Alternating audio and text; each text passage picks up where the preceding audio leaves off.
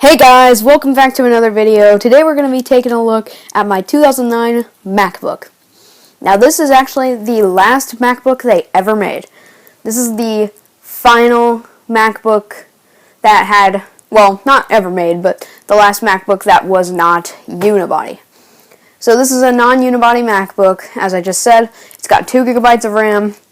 It originally came with a 160 gigabyte hard drive, and then I used that all the way up until I upgraded it to a solid state drive, and now it runs really quickly. But I mean, it wasn't bad before on the hard drive. It ran just like any other Mac with a hard drive would, which isn't very fast, but it's not like slow. Like it still works, you know.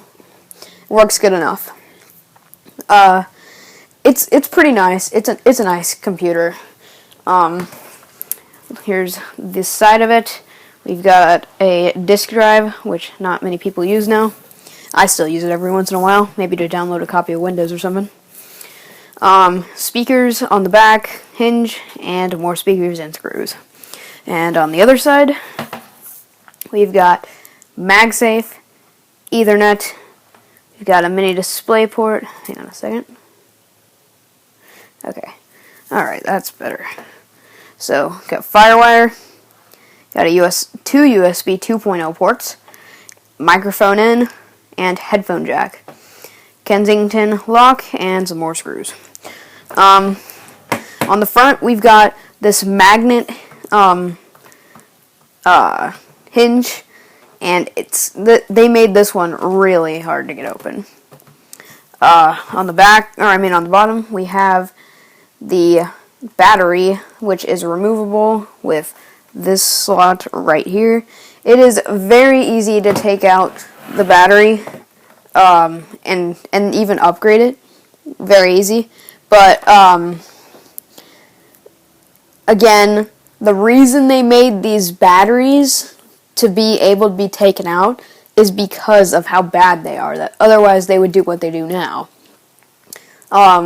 You can upgrade everything really easily. I just haven't upgraded the RAM because I don't need to. This isn't my main computer anymore. It was my main computer when I first started my YouTube channel, and I made the Windows XP destruction videos. That was my first video, by the way. But this was the computer for that kind of stuff. When I first made my Minecraft videos, and the Windows XP videos, those were made with this. So they were all 1080p high quality, and they looked really good. I made them in ProRes 60 FPS, so they looked really good. And it edited them very, very well. Now, it couldn't use Final Cut Pro because it didn't have 4 gigabytes of RAM, but it did come with Final Cut Pro, so I was kind of felt weird not being able to use something that comes with something. It was weird. But yeah, this machine did come with Final Cut Pro, and I got it for about $70 in 2016. In, I believe, September is when I bought it, and then it shipped like September 30th or something, and then it got to me on October 6th. I remember getting it delivered.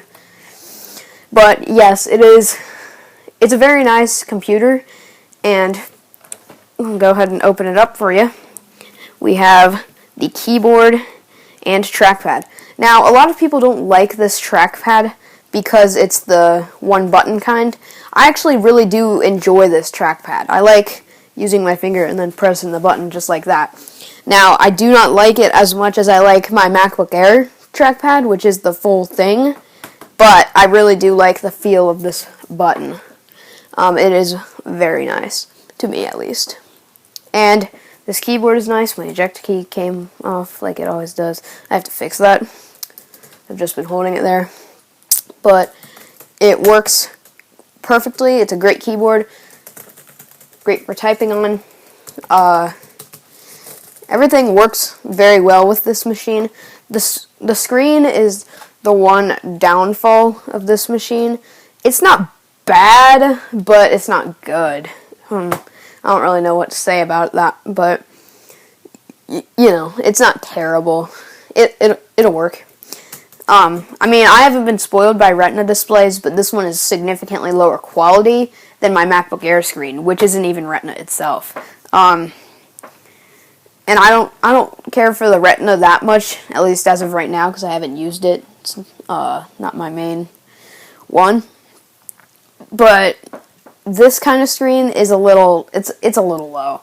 Like, when you turn on the device itself, what it does is it'll turn on and the screen will be on, but it won't, like, I mean, it's kind of hard to say. It'll start out like dim and then get like bright after a course of about 5 minutes, which is how far we are into this video. So take this video and then that's how long it takes for this to get fully brightened, even on full brightness. But it'll eventually get there, and then it looks fine. And about YouTube on this machine, it works very well. 1080p works great. Although when you go to 60 FPS, you have to bring it down to 720p when you're on YouTube. But if you are editing a file, editing a video or some kind of movie or something, yeah, I don't know. But if you're doing that kind of thing, it'll work well, because it's not like, it doesn't have to stream it from the Wi-Fi card, which, by the way, is 802.11abgn, and it has Bluetooth 2.1 plus EDR. So it's got everything you'd need on it, plus the Ethernet. Not a lot of people use Ethernet on laptops that much anymore, but it's there. And another thing I forgot to point out is right here on the front. Okay, so you can see on the front we have these two, which this is the LED indicator for when this device is on, and this right here is, you can use a remote with this. I forget what it's called, but you can use a remote with this, universal remote or Apple remote. They work. You gotta pair it though. It's pretty easy. I use mine for like Keynote stuff, which it can run Keynote and all. It can run Keynote pages, numbers. It can run all of the Apple stuff, even on its last operating system, which is OS X Capitan. It runs them perfectly on there. Although, something I didn't mention yet about these MacBooks is that you can Hackintosh them to run, what's it called? Mac OS Mojave or High Sierra, or even Sierra if you want to do that. Now, even though OS X Capitan is still supported, it may not be supported when you're watching this, because if you're watching this before August 2019, it is still supported. After August 2019, it is not going to be getting any more updates at all, not even iTunes. Like, most updates ended last year, but they are still coming out with some every once in a while, including severe security updates that they need to get patched. So this is still a supported device even in 2019, even if it's not on the newest operating system. But, like I said, you can get the newest operating system, Mojave, on it. So even when El Capitan does run out of support, it won't matter, because it can get Mojave. And Mojave is a very good operating system. It's got the stacks features. There's no issue running Mojave on this device, except for the light theme version of it. It kind of has some graphic issues sometimes, but not, like, only in the parts where there's like transparency. Otherwise, it won't have any issues. The transparency is the problem. So the reason that transparency is the problem is because Apple made it so that only natively devices with metal-capable GPUs can use those features, or even upgrade to the OS at all. So this device obviously isn't a metal-capable GPU, because all of those are after 2012. And so that ends support for every MacBook, including this one. It's, like I said, you can still hack it to run it, and I'm going to go ahead and give you guys a boot up test after I fix this eject key. So, boot up test, I'm going to go ahead and press the power button. Alright, so here we go. We got it booting up. It's not that slow. It goes pretty quickly.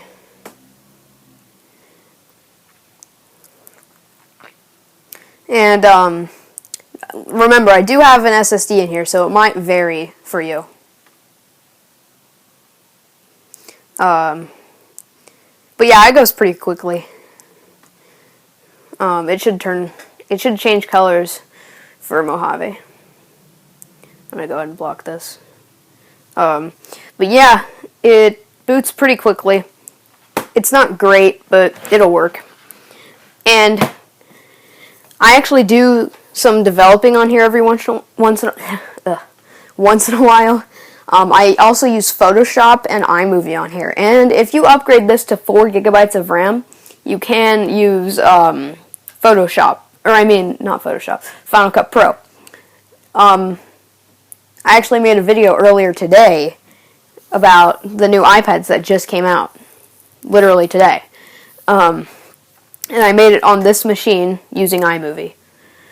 But yeah, I just wanted to let you guys know about this kind of computer and if it's worth it. In my mind, it is worth it. I do think that people can use this computer in 2019. I mean, I use this computer to edit videos every once in a while. And it can do it too. It can't like do 1440 or 4K or anything like that, but it can edit videos. That's the point. And it can do it pretty well. I mean, I wasn't having any trouble when I was making my first videos, or even the video I made earlier today. I made it on this machine. But yeah, it is totally worth it. And like I said, I got mine for $70, so you can get these things for a pretty good steal. They're very nice machines.